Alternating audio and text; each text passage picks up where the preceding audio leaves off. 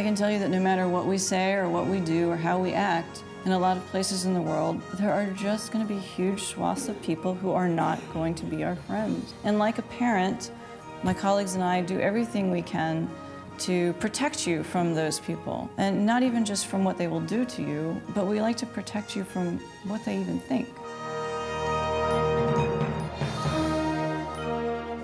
Good morning and welcome to the Miller Center Forum. I'm George Gillum.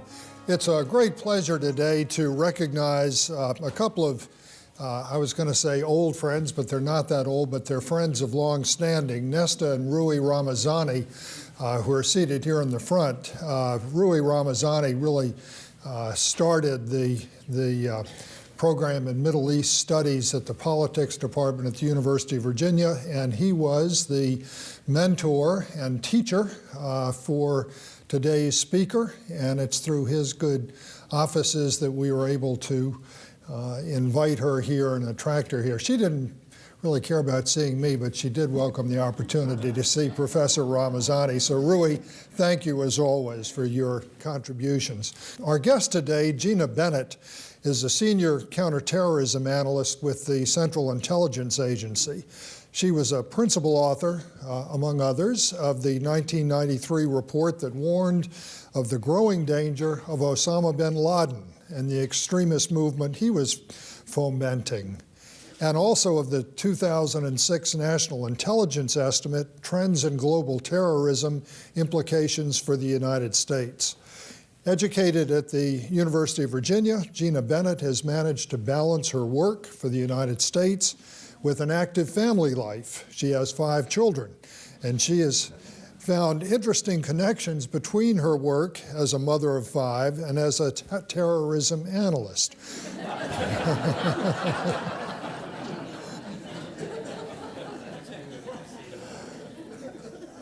Her book, National Security Mom, has a kind of a cutesy title, but actually is a serious and important work. And Peter Bergen, the very distinguished CNN journalist, has recommended that everyone read it.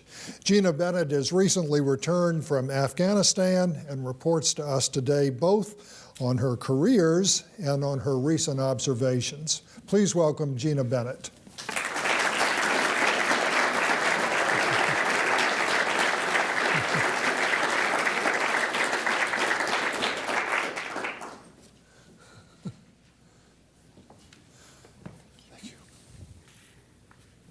Thank you, everybody. I am so delighted to be here. I can't even begin to express it. I have to add, Rui Ramazani, teacher forever. I mean, as many of you probably already know this, I think he's launched more careers in Washington than anybody else. When I was a student at the university, I must have taken about 4 or 5 classes of yours. My husband and I were actually dating, and he was also a student at the university. We've been married now for 22 years. And he used to hear me talk about Mr. Ramazani, this class, oh, Mr. Ramazani. So finally he came to meet me after class one day, and I was, of course, like many students, standing in line waiting for one more pearl of wisdom from Mr. Ramazani. And I walked out of the class, and Mark said, "That's Mr. Ramazani?" And I said, "Yes." He's like, "Oh my gosh, I thought he was 10 feet tall the way you always describe him, you know, just larger than life." I just want to add, as I have to, I am a serving officer of the Central Intelligence Agency. And as such, there are going to be certain things that I won't be able to share, and it's not because I don't want to. I just don't have the authority to do so. And also, you have to know that all of my comments are my own. They don't represent the views of the CIA. This is true not just because the CIA tells me it's true, it's true because I know it's true. Although my expertise as a terrorism analyst really comes from my 22 years in the intelligence community, I can tell you my expertise as a parent does not. It's all on-the-job training, and I've had 18 years of it, which is, you know, not that long, but enough for me to offer some comparisons, I think, of the two worlds. As a student, I used to dream of coming to the Miller Center. I used to ride my bike over here, and I didn't even know that students were allowed to come. That's how naive I was at the time. And I used to think, oh, someday wouldn't it be great to be invited back to speak at the Miller Center? And I thought if that ever happened, it would be because I had a great breakthrough or an innovative solution to the problems of the Middle East or some other foreign policy dilemma. Actually, all I have really is the faith of a very good friend, and having survived Washington, D.C. for 22 years, as well as terrorists and teens and toddlers. So that's the essence of what I'm here to talk about. I don't have a breakthrough, but I am hoping that the comparison between national security and parenting will be a little bit of a humorous break for you all, but again, there's some serious aspects to the themes. I'm sure that just about every Miller Center presentation starts with a quote from Thomas Jefferson. I'm guessing that the one I have is not typical for this particular arena, but I couldn't help myself. This is from a letter to his daughter Patsy, who was a mother of 12, something I didn't know until recently. So Thomas Jefferson wrote to his daughter, "I envy those who stay at home, enjoying the society of their friendly neighbors, blessed with their firesides, and employed in doing something every day which looks useful to futurity." I can imagine Patsy probably didn't have a lot of time to sit there and enjoy her fireside or the society of friends with 12 kids, but every minute I'm sure she was building the future and parenting her children. I like to think that Thomas Jefferson would have approved of one of the chapters in my book, which comes from William Ross Wallace's poem, "The hand that rocks the cradle is the hand that rules the world." This is the essence of my inspiration. When I was pregnant in 2004 with my fifth child, I was pregnant in 2004 with my fifth child. During the hotly contested presidential elections, I was a bit frustrated by how moms of America in particular, but all parents, were being manipulated and exploited. Our presumed fears were being played upon. We were being courted by both sides of the political aisle. It was a very difficult time, obviously, in Iraq, as well as in Afghanistan. I found it very frustrating because I felt like moms in particular were sidelined. A lot of moms that I knew felt that they really didn't have the expertise in foreign policy or national security to participate in the debate, so they opted out. This is the reason why I wrote my book, because I believe moms, I believe all parents, are the most important instrument of national power. It's not hard power, of course, but I wouldn't be fooled by softness either, and that's one of the plays in my book about the softness aspect. I think the power of a parent is real because it is the ability to shape the future thinking of every aspect of society and government. I've never really studied Thomas Jefferson's parents, but I like to think about them, and I wonder if they had been more narrow-minded, or if they hadn't thought that much of education and sent Thomas Jefferson off to his, would we be a different people today? Would this university even exist? In thinking about the role of parenting children, I think the comparison to the role of parenting our nation is a pretty quick and easy one. And that's what I'd like to do, is explore that a little bit. I've spent 22 years in the intelligence community as a terrorism analyst. I've done a variety of things, some of which I discuss in my book, some of which maybe we can talk about in Q&A. The essence of counterterrorism is, as you know it, is identifying terrorists. It's identifying those people who would try to attack us in many, many different ways. But I've also been, during this period of time, the mother of 5 children.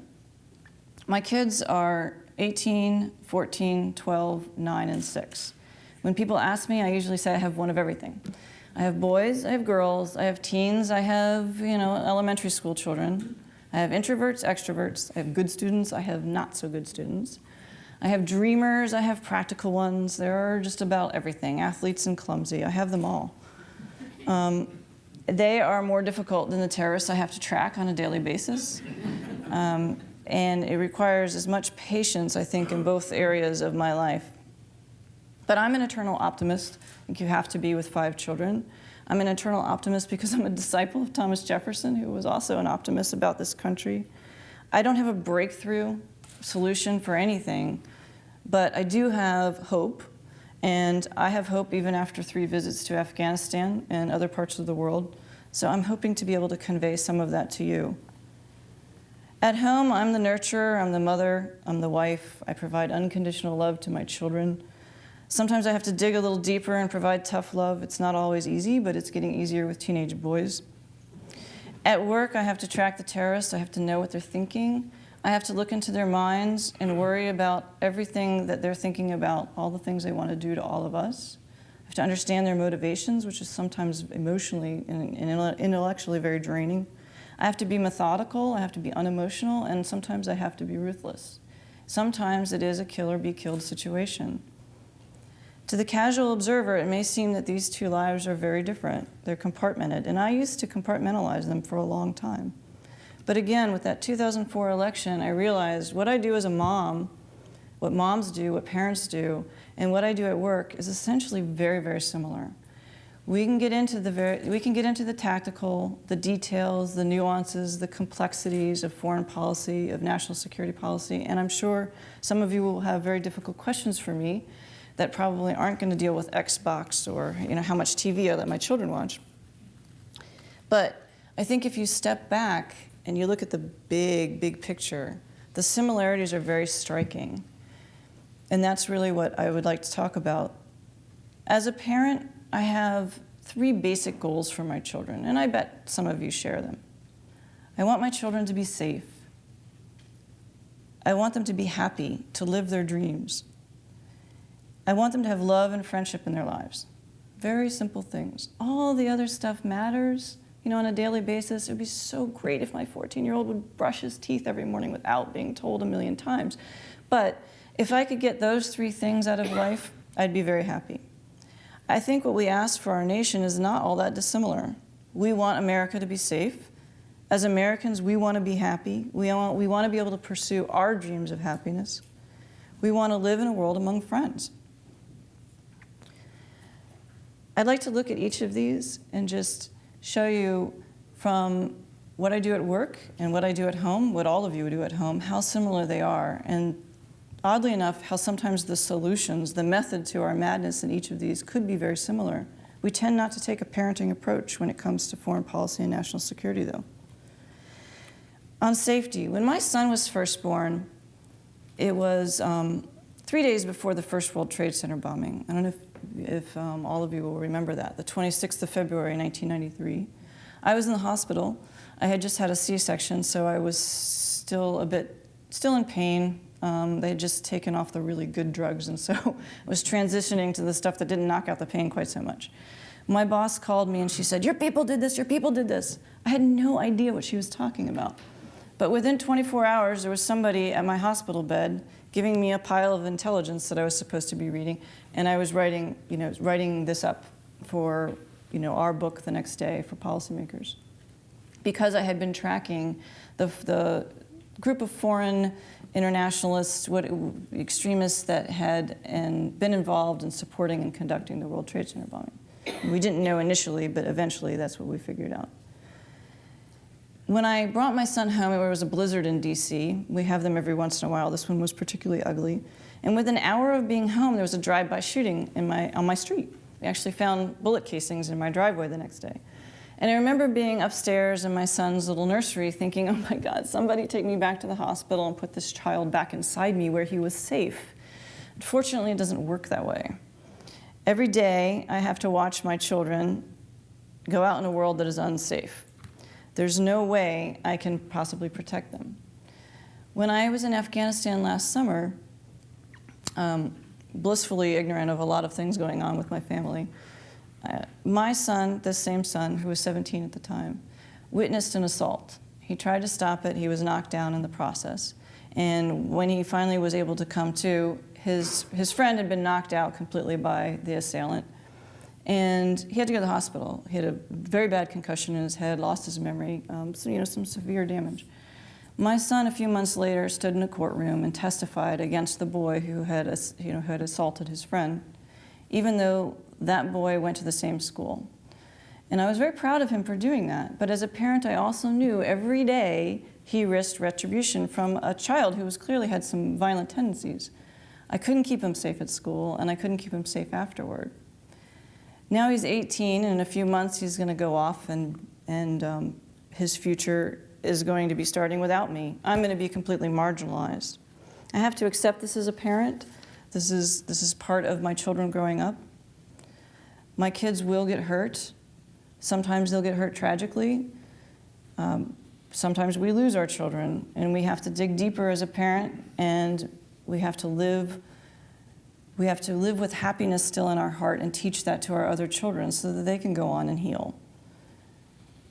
You have to live with happiness in your heart so that you can honor the one that you've lost. I think Americans are very similar. Just like parents, we all want to be safe. We want to go to the mall and not worry about shootings. We want to get in the airplane and not worry about it being hijacked. We'd like to go into whatever building we work in and hope that nothing ever is going to happen there. When they put this little microphone on me, I will tell you that my initial reaction was, ooh, because I'm so used to seeing this shape as an IED. So it's just, it happens. We get worried, we panic, we become paranoid even. We want to be able to do all of the things that we should be able to do, and we want to be able to do them safely. But there are no guarantees. There's no security apparatus, there's no amount of money that can buy an intelligence and a police capability that's going to secure us. Violence occurs in prison, violence occurs in a police state. No matter how many hours I work, or my colleagues work to try to identify every single terrorist, every single plot, we will fail you. We will not see it all. We won't find it all. We won't connect all the dots. I hate that phrase, but it lives on. So don't count on us. You have to count on yourselves. We have to count on ourselves as Americans. I remember after the 9/11 attacks, there was this fantastic public service announcement, and some of you will probably remember. It was an image of a small street anywhere in America, just a bunch of row houses, and the birds chirping in the background. And the voiceover said, "Terrorists sought to change us on 9/11. And then the picture shifted, and it was the exact same street. Everything looked exactly the same, sounded the same, except every single one of those houses had an American flag out in front. And then the voiceover said, "They did." And that is the aspect of us that I like to remember and think we still hold in our hearts.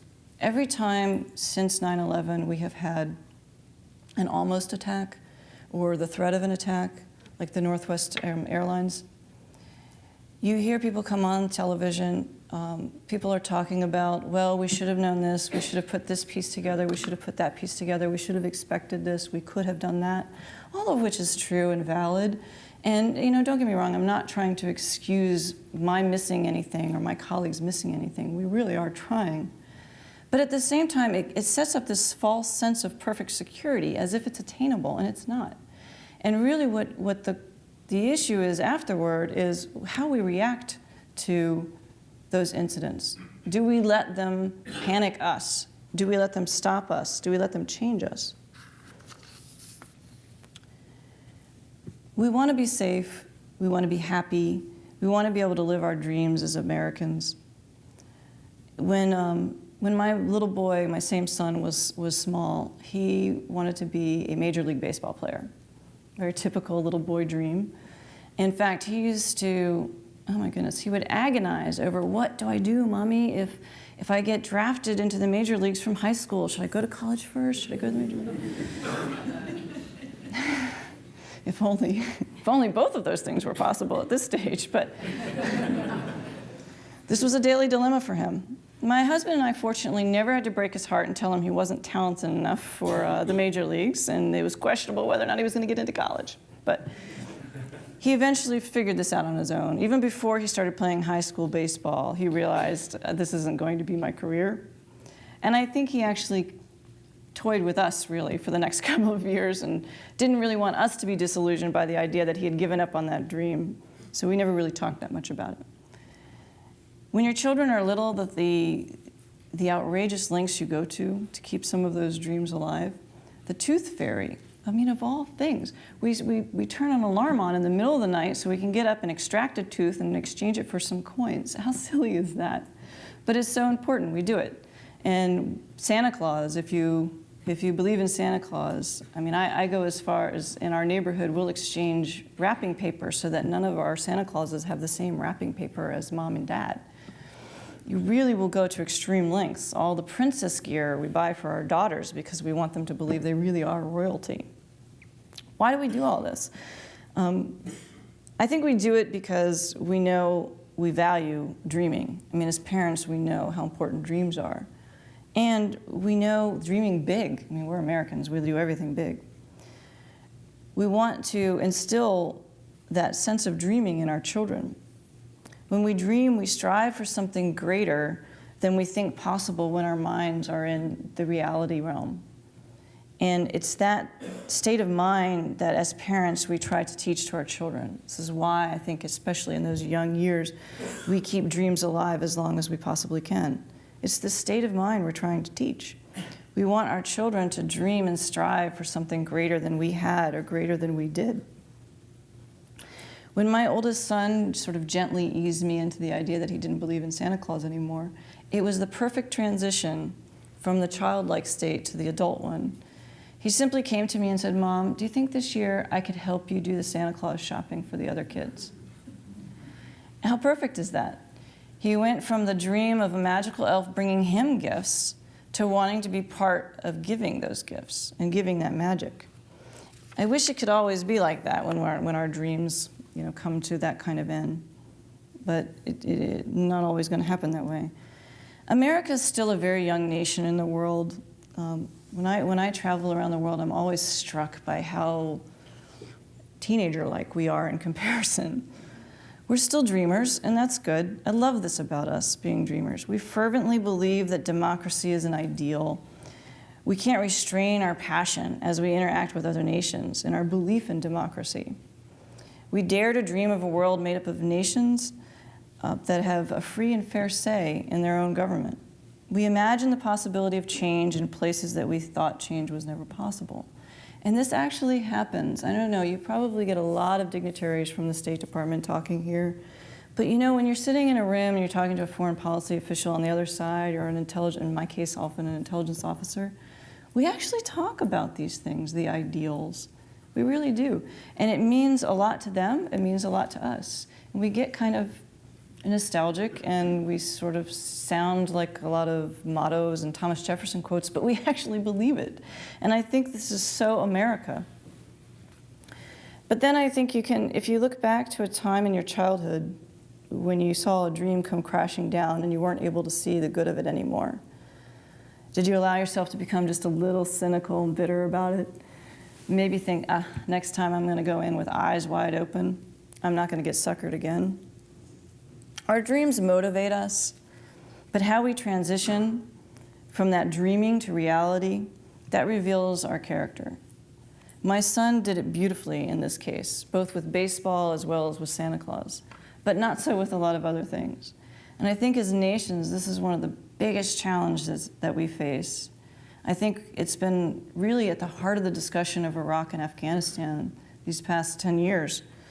We look at both of those nations and we dream of a state that is ideal to us, democracy in Iraq, the idea of completely free and fair elections, of representation of all peoples in one vote for every individual. In Afghanistan, the same idea. They really are ideal from our perspective, but how we transition and how we cope as a nation with the realities in both of these places is going to define us, I think, as we move into the next few years. One of the things we have to face as the challenge is not everybody would choose our form of democracy if given the choice. Not everybody would count. The number of women that I interact with around the world is few and far between. And there's a reason for that, because a lot of women in the world don't count. They count very little in a lot of places. They count less than livestock in a lot of places. So coping with that reality in our dream, we're going to have to figure out how to make that transition in the world. We're going to have to learn that not everywhere we go are we going to find people who want to be our friends. Even if we explain ourselves over and over again, they're still not going to want to be our friends. Which brings me to my final point in terms of the comparison between national security and parenting. I want my children to be able to find love and friendship in the world. When your kids are little, I remember this very vividly. When my daughter was a baby and she could finally sit up in the grocery cart. Such a great thing to have your hands free when you're grocery shopping. She's in the grocery cart, and like most babies, they look for smiles everywhere, and they don't understand when they don't get them. They smile freely, and they smile with big gummy smiles too. They smile very freely, and they expect to get smiles in return. And I remember one time when my daughter was sitting in the grocery cart just smiling away at this guy in the aisle next to us. He didn't have time for a smile in return, and I could see her just deflate. And it was heartbreaking as the parent. It's hard to teach your children that not everybody is going to like them. We teach our kids to be friendly. We teach them to be as fair as possible. We teach them to try to get to know people, try to walk in their shoes. Even when they're small and we have to introduce the concept of bullying, it's the first thing we explain. A bully really wants to be your friend but just doesn't know how. And that can be true in some cases. A bully wants to be your friend but doesn't know how, and so they're pushy and they're bullying you and trying to push you. Take the time to get to know that child, and maybe they won't be a bully anymore. Lots of times that is true. It's not always true. My son tried to stop the other boy from hitting his friend. He couldn't. There are bullies in the world that you can't stop. But I think it's important we do try to teach them to be friends. It's hard to accept not being liked. But there comes a point when you do have to teach them that not everyone is going to like them. I always tell my kids two things when they feel like they're being bullied or they don't understand, somebody doesn't like them, doesn't understand them. First, try to understand why. You can't just shrug your responsibility. You might be doing something that's offending this person. You need to change that if that's the case. You have to find out why. Why don't they like you? If you're not doing anything wrong, if it's just simply a matter of preference, then there's nothing you can do about it but write it off. You can't change for the sake of being liked. You can't change because of somebody else's preference. I've been immersed in the foreign policy community in Washington for a very long time, and it's hard for me to be objective on this particular issue.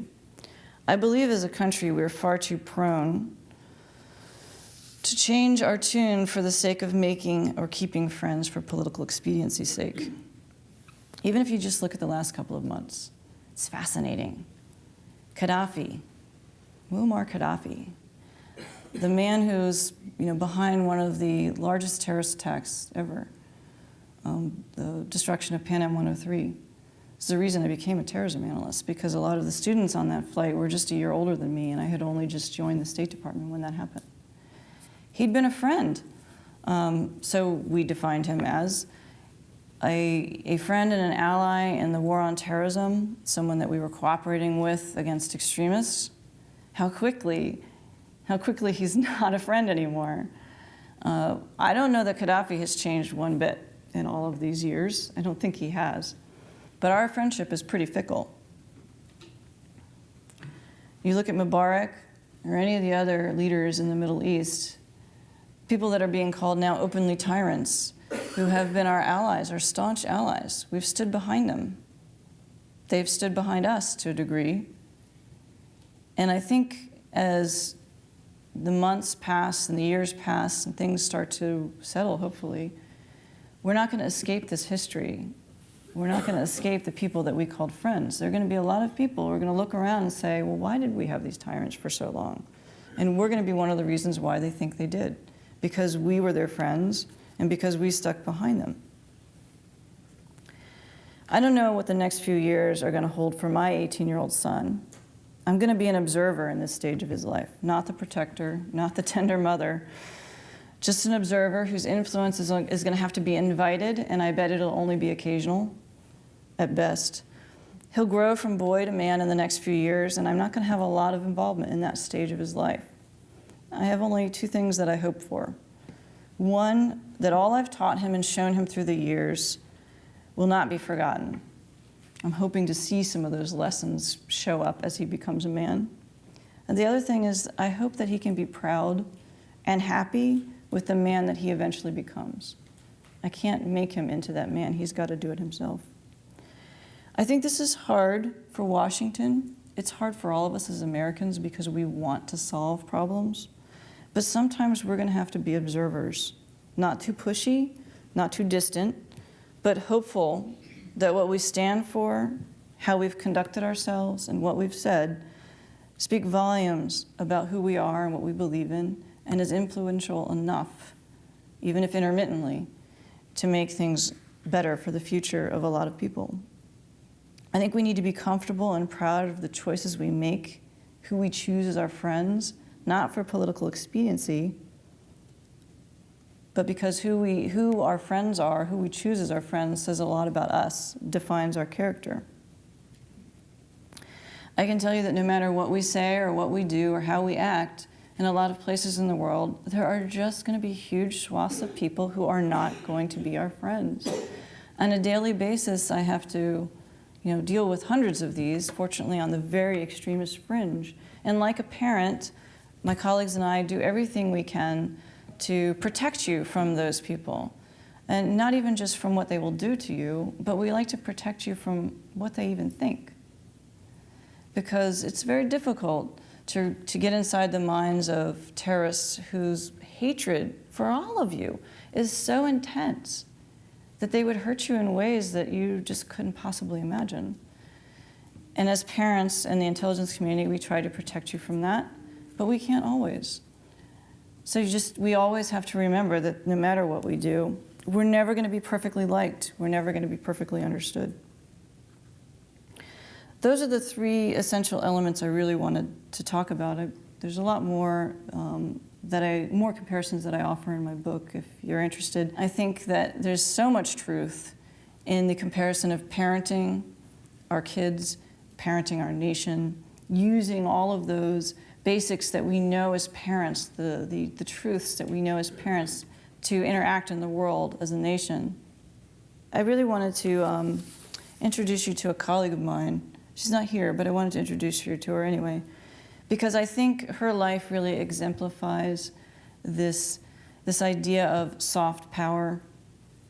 My colleague and friend Jennifer and I, we traveled in the Middle East over a decade ago together. It was our first time traveling together. And we were riding in the car, listening to the radio in a very distant country that shall remain nameless. And we were both passengers in the car. Now, I know the women in the audience know this song. This is a feminist anthem from, the 70s? Very disco music. And it's all about a woman who is not going to be broken by this good-for-nothing man. I will survive. Jennifer belted this song out. She knew it word for word, like a woman who was not going to have her spirit broken by any man. It was just amazing and infectious to watch her singing like this. She just had such an incredible spirit. She later got married and had 3 children. She remained a really good friend and colleague, and we would, pass each other in different assignments through the years. We'd swap parenting advice. She had 3 wonderful children, my 3 younger children's ages exactly.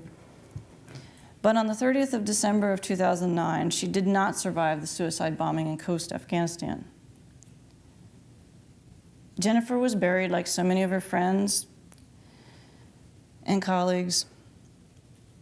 Her body was broken, but I chose to remember her singing that song, I Will Survive. I think she does survive. She's in her children. I see her in the mannerisms of those kids and the willpower of them.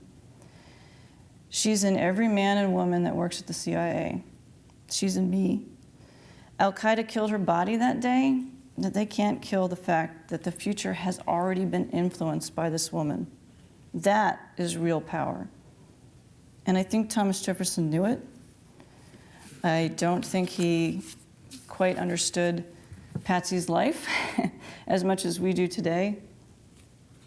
But I do believe everything that we do as family members, as parents, to build the way our children think about the future, their problem-solving skills, their ability to believe in the ideals and accept the reality without copping out. This is the most influential and powerful thing we can do. And in this country, every single person can be a part of that. You don't have to be sitting in Washington, and you certainly don't have to be working for the CIA. I just want to end it with that so that we have some time for questions.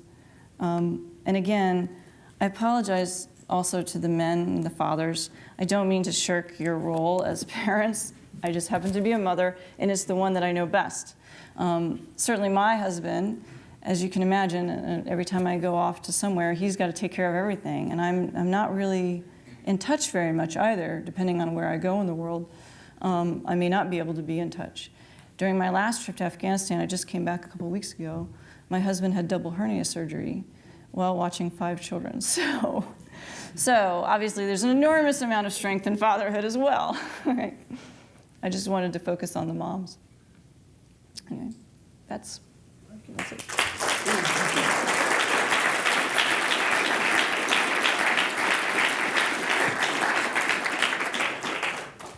Gina, I would like to bore in a little bit on Afghanistan and observe that we're really just a few months away from having been in Afghanistan for 10 years, and that's longer than the American Civil War and the Second World War put together.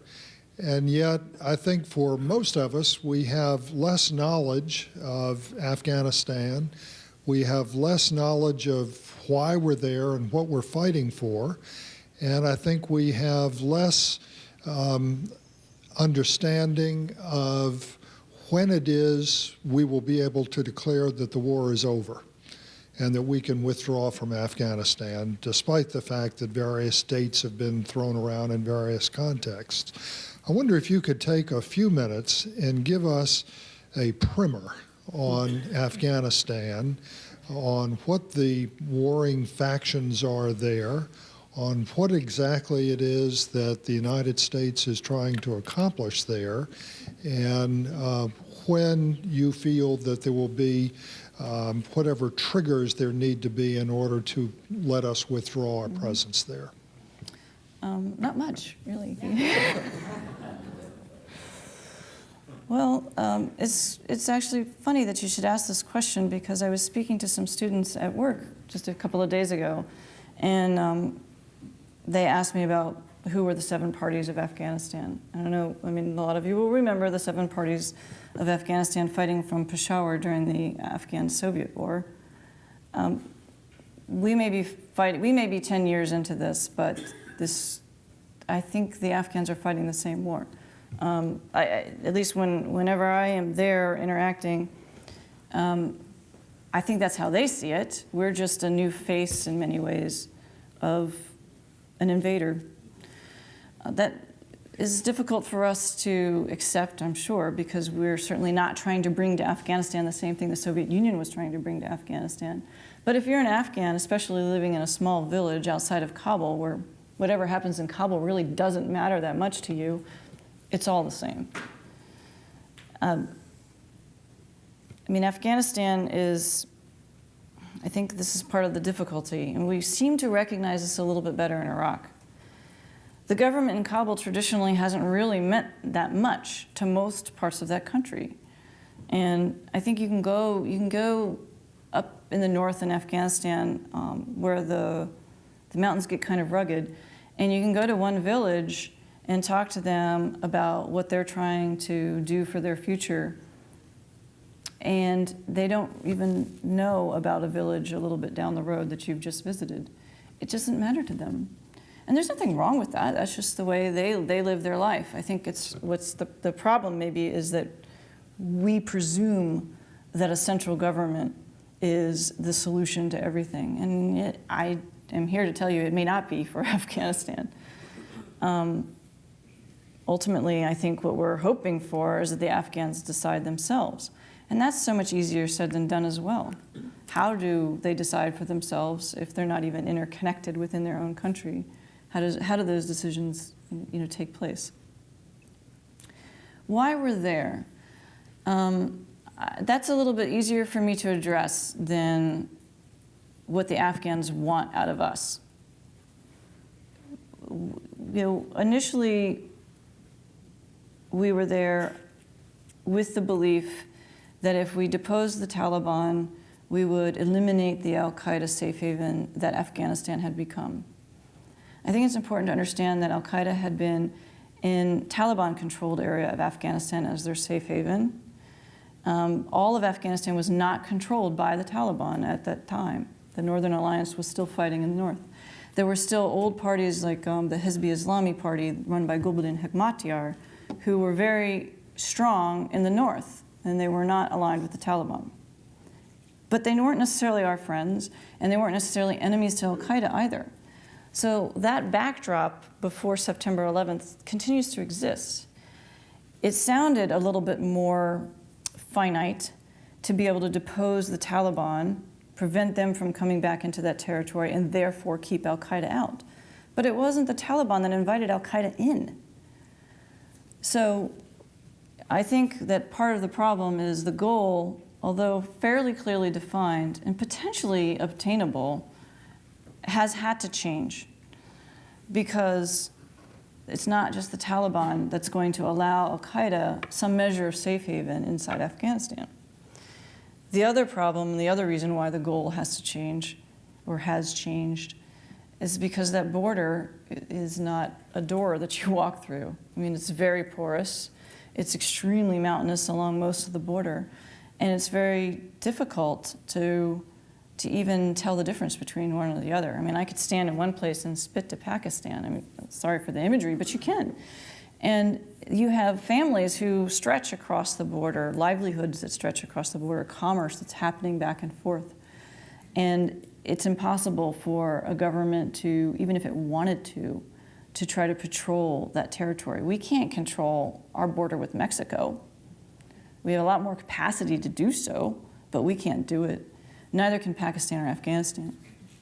So you also have this goal of trying to prevent an al-Qaeda safe haven in a Taliban-controlled Afghanistan, when Pakistan is as controlled by the same factions in that border area as Afghanistan is. So can we limit our goal to just that? I think that's another reason why it has shifted a bit, why we're there. I mean, ultimately, I don't know when Washington can define victory. It certainly can't without the role of the American people. Believe it or not, we actually have talked about this. We had a brainstorming about this not too long ago in our own office. Whatever we define as defeat of al-Qaeda isn't going to matter if you all don't define it that way. If we tell you, well, we neutralize bin Laden and Zawahiri, and we kill or capture the top 10 leaders, and as far as we know, they have no static training camp located anywhere where we can find it, maybe we could define that as defeat of this terrorist group because we define it as such a finite organization. But is that going to matter to you all if somebody who calls himself al-Qaeda comes to this country and conducts an attack here at the university, or in downtown Charlottesville, or anywhere in America? Your definition of defeat of al-Qaeda is really important to us, because ultimately al-Qaeda is only going to be defeated when it ceases to be influential, and as long as we're afraid of it here, it has influence there as well as here. So I think that this has to be a conversation. It has to be a very vocal one between all parts of America and Washington. I think Washington knows that it has to change the definition of winning in Afghanistan. It's just a matter of what do the American people want too, and what can Washington sell. Let me push a little bit further on that. I think most Americans buy into the notion that al-Qaeda has franchised out a lot of its training and a lot of its activities, and that the number of al-Qaeda members, activists in Afghanistan is probably certainly no more than the low hundreds at this point. And perhaps there are no static training facilities left in Afghanistan. Are those assumptions reasonable? Because if so, it would be my question then whether or not the Americans at this point are willing to say, okay, we've done what we set out to do in Afghanistan, which is to disrupt the static training camps and the major presence there. So wouldn't it, under those circumstances, be fair to say this is the end of our mission? Well, I think the short answer is no. That those conditions that you described, I think, don't exist perfectly yet. But the longer answer is, however, training camps don't have to be static, in order for them to have effectiveness, especially with the experience that a lot of fighters now have from Iraq, where they learned how to train in a more urban environment, pass knowledge about the fabrication of IEDs and the use of them, especially the clandestine tradecraft, how to plant them, how to hide them, how to have them triggered, as well as how to meet clandestinely, covertly, so that they didn't have to co-locate in large areas, not use telephones, things like this. The lessons learned in that urban warfare environment are very different from what they learned in the Afghan-Soviet war, for example. So I think the necessity for this sort of static training camps is not what it used to be. I think that has to be factored in as well, in terms of have we met those conditions. I mean, I suppose you could say, in some ways, yes. I think the number of core al-Qaeda is not significantly depreciated because people have been replaced. We still have 2 leaders who are very meaningful and influential within the al-Qaeda network, mainly bin Laden and Zawahiri. We also have to think about a time when al-Qaeda itself was on the run. I think bin Laden in many ways was just as dangerous when he was in Sudan or when he moved from Sudan to Afghanistan. He was not really benefiting that much from al-Qaeda training camps or static camps when he was able to put together the Africa embassy bombings in 1998, for example. So I think in defining when we can leave, we also have to look at what it is we're trying to achieve. If the American people want to draw down in Afghanistan, feel like, as with Iraq, it's time for Afghanistan to maybe take over the decision-making, to lower our influence, lower our footprint, I think that's fine. When that happens, though, we have to be realistic and understand that we are going to have less vision into some of those terrorist networks and their networking. It just comes with the reduction of presence. It's just going to be naturally hand in glove. I don't know that that's necessarily going to make things more dangerous for us or difficult for us to identify plots, but it's a possibility. As a fellow mom, I appreciate your parenting comments. I wanted to ask a question about General Flynn's report on intelligence, just to ask what your thoughts were on this report, and having just come from Afghanistan, where you see the U.S. intelligence efforts in the region, if there's been any improvements, if you agree that there was reason for critique. I'm sorry, I haven't read his entire report. Is there anything specific about it in particular? I think it was a report that was calling for a shift in focus from a specific focus on the enemy to more cultural and contextual environmental issues. I think that in the intelligence community in general, we are still catching up with the end of the Cold War. It's hard to build institutions and then have them move as agilely as an enemy can. And I remember Ambassador Dirigian gave a speech at the Meridian House, I think it was in 1993. The wall had just been torn down. We were all euphoric over the crumbling of the Soviet bloc. And he gave a speech and talked about how political Islam is not the next ism. I was already working on bin Laden. And I agree, political Islam is not the next ism. But we have extremism, we have a fringe that we're still trying to deal with. And the problem with that fringe is it rides on the back of a much broader swath of movements in the Middle East, and to include, to an extent, strangely enough, the Muslim Brotherhood, and that it exploits some of those beliefs. I think we, in the intelligence community, are slow to be able to build the kind of training, recruitment, and educational system within to switch from methodology, from culture, from countries that we understood so well over time, to much more diverse environment to work in, being the Middle East and South Asia and North Africa, but also even Africa and farther into Asia. I think that contextual intelligence, this is something that we argue about among ourselves constantly. We tend to call it strategic versus tactical in our terminology, but it's really the same thing, is what you're saying. You cannot have accurate tactical intelligence without accurate contextual strategic intelligence. And I would say there's reason for criticism there. This is one of the reasons why Congress a few years ago enacted legislation requiring us to have certain percentage of language skills. There was a belief that having those hard languages was something of a substitute for cultural knowledge, or with the knowledge of the language, you would necessarily have cultural knowledge. I don't believe that. It would be so much more effective to send us to live in these countries for a few years. Just send us there, leave us alone, and let us figure it out for a couple of years before we come actually work. But I don't think that we've figured out how to build that kind of cultural, contextual intelligence expertise yet, working on it. So I do. I mean, I haven't read the whole report. I agree with some of that criticism, though.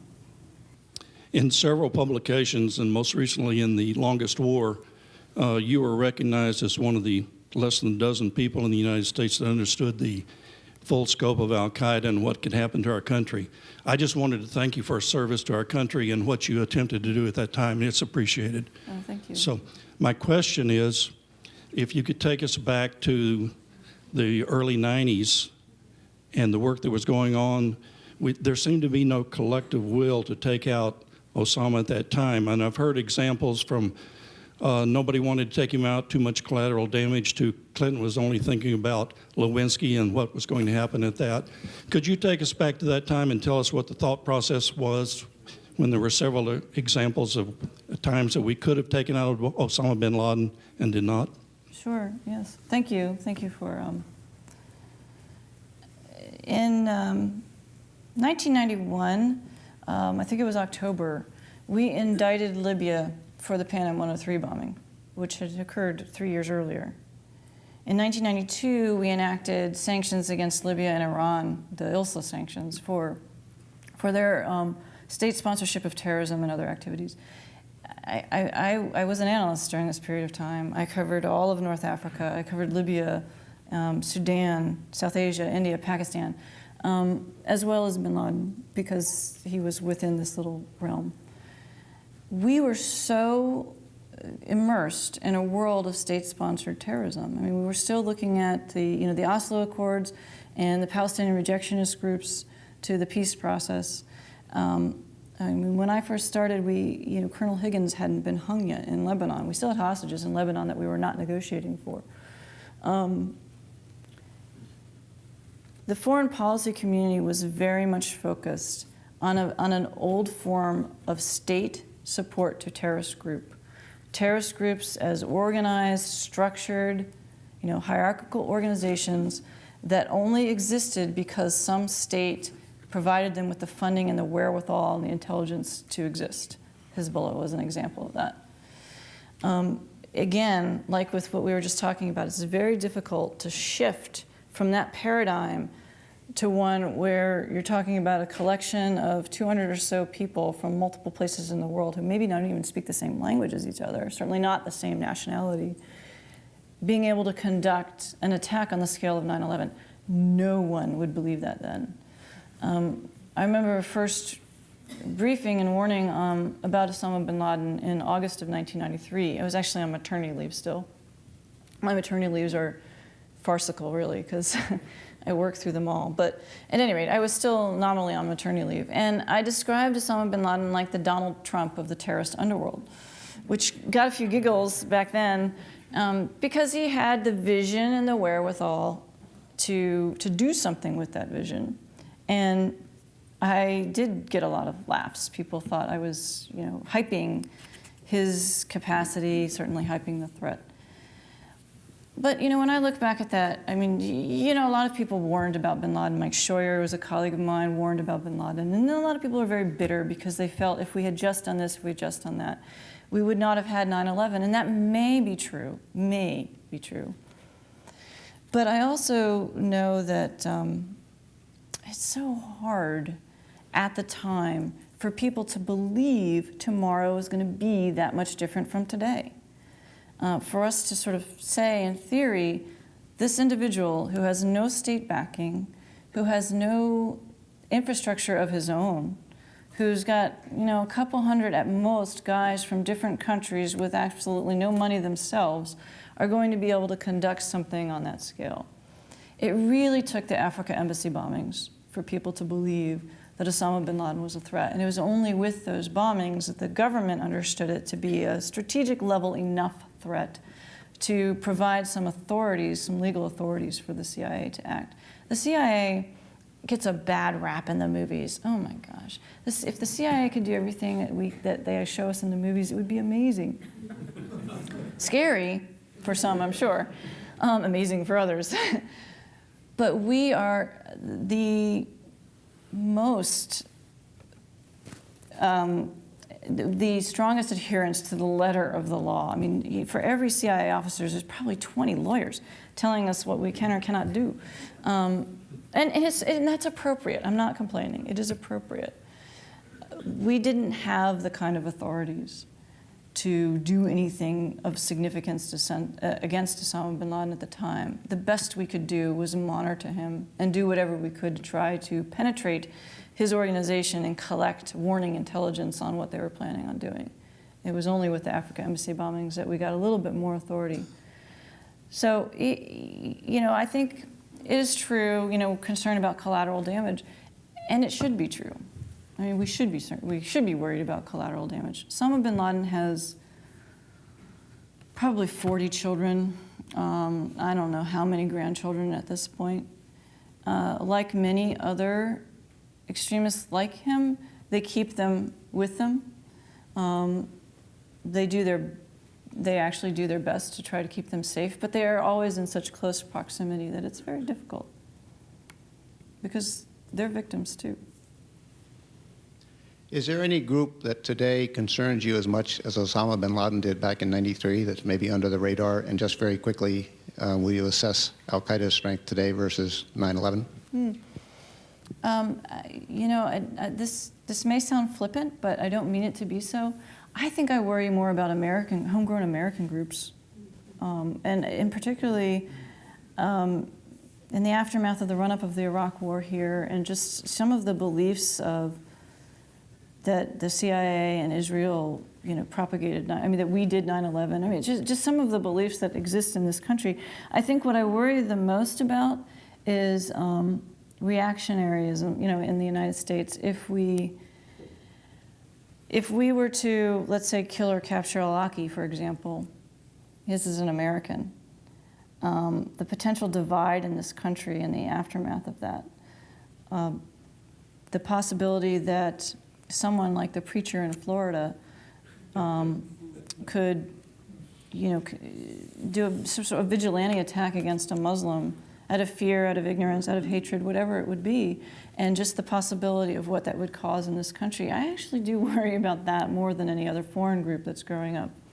Aside from that, though, there was a lot of talk about the possible bleed out from the Iraq War.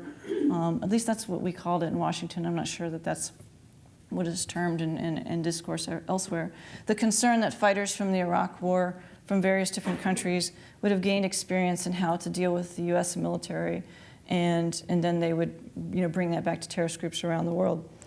And then suddenly, when we didn't start seeing that happen immediately, people were like, oh, well, I guess we're not going to have a bleed-out problem. Osama bin Laden was a foreign fighter in Afghanistan. It was 21 years before we saw the 9/11 attack.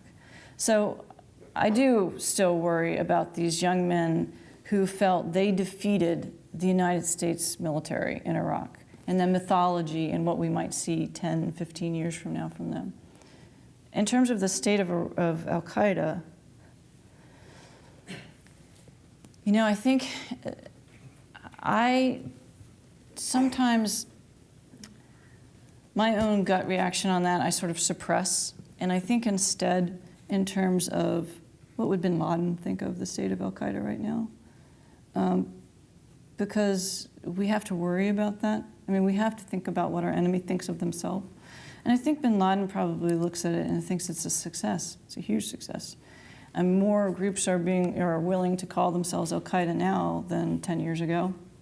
That didn't happen before 9/11. Other than the E.I.J., the Egyptian Islamic Jihad, merging with al-Qaeda, no one else had really done that. So you have more groups, willing to call themselves al-Qaeda. I think that speaks volumes. You still have the U.S. military in Afghanistan. You have Pakistan becoming, more and more extremist in certain parts of the country there, influenced by the al-Qaeda presence. And I think even the fact that the Taliban has been, that there have been discussions of negotiations with the Taliban, I think also from bin Laden's very twisted sense of rationalizing the world, he would probably also see that as a bit of a victory as well. So as far as the state of al-Qaeda, I think we're, as with all terrorist groups, they have a lifespan. I think we're still in the middle of this lifespan, frankly. I think the lifespan doesn't go away until it ceases to just be ignored and irrelevant. And we're not there yet.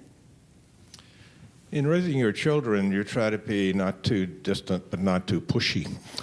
When you present your analyses to the State Department and the White House, does that concept have any relevance?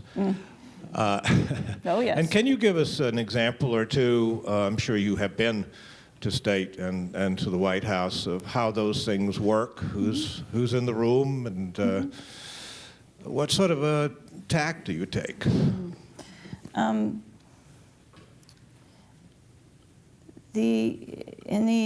As an intelligence officer, we are not allowed to advocate policy, and we really don't. I mean, I've worked for, let's see, first Bush, the second Bush, Clinton, and now Obama. So, I mean, who's in the White House almost doesn't matter to me. My analysis is the same. My analysis is presented in the same way, as antiseptic and boring as it possibly can.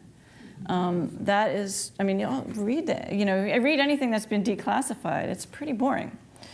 We are trained to provide the what, so what in the very beginning, and provide the information that backs up the conclusion. And here's the information that doesn't back up the conclusion that you need to be worried about. This is why policymakers hate us, because we give you this, well, it could be this, but sir, it could be that. And we're not going to tell you which one it is, because we don't have, if we had facts, then you wouldn't need us. This is intelligence. This stuff is not fact. The world I work in is, very, very gray. This information is all partially a lie as much as it is partially a truth. So you have to be very careful when you piece those things together for a policymaker. The thing we strive most to do is to provide the context, what we think this says, but where the uncertainties are and how they can bite you, Mr. Policymaker. That's how we present it. We cannot advocate, and if we do, they know it. I mean, they'll smell that out immediately, I think. I've been to the White House, I've briefed the president, I've briefed the vice president, I've briefed all of these very important people. They want so badly to understand as much as they possibly can before making their decisions. I mean, I may not have voted for one or the other, but I completely respect what they're trying to do and the way they engage with us. I mean, they'll tear me apart, but not because, I'm just standing there like a database. They're just trying to get as much information out of me as they possibly can. And I try to provide it as much as I can. But I have really never been in a situation where I have offered my opinion to a policymaker. I've offered them the intelligence analysis, but never my opinion. What really bothers me about Afghanistan, looking at the history, is we went in there to get bin Laden. Mm-hmm. He was the demon. Now today there are meetings in Washington and in the Middle East about what to do about Gaddafi. I guess he's the new demon. And it seems like the mistakes we made in those two wars are coloring the decisions going forward of what to do about Libya. Do you agree with that? Yeah, I do. I think, I mean, you hit the nail on the head, really. The personification of the problem. I mean, bin Laden is not the problem. I mean, he is a problem, but he's not the terrorism problem. I don't know that Gaddafi is the sum total of the problem with Libya either. He's certainly a huge portion of it, but when we rest our foreign policy or national security goal on a manhunt, this is not something that we traditionally as a government do that well. I mean, we have some cases where we have, but a manhunt is an extraordinarily difficult thing to do. Even for the FBI trying to do it in the United States in territory that is conceivably its own backyard, it's difficult. You have lots of fugitives who've been around for 40 years that we haven't been able to find. You know, when it comes to the situation in the Middle East right now, I don't have a very popular opinion on this, I can tell you. In fact, I'm sure I disagree with Ruhi on this, as a matter of fact, because I have tended to want to see the United States observe more often than jump and race in.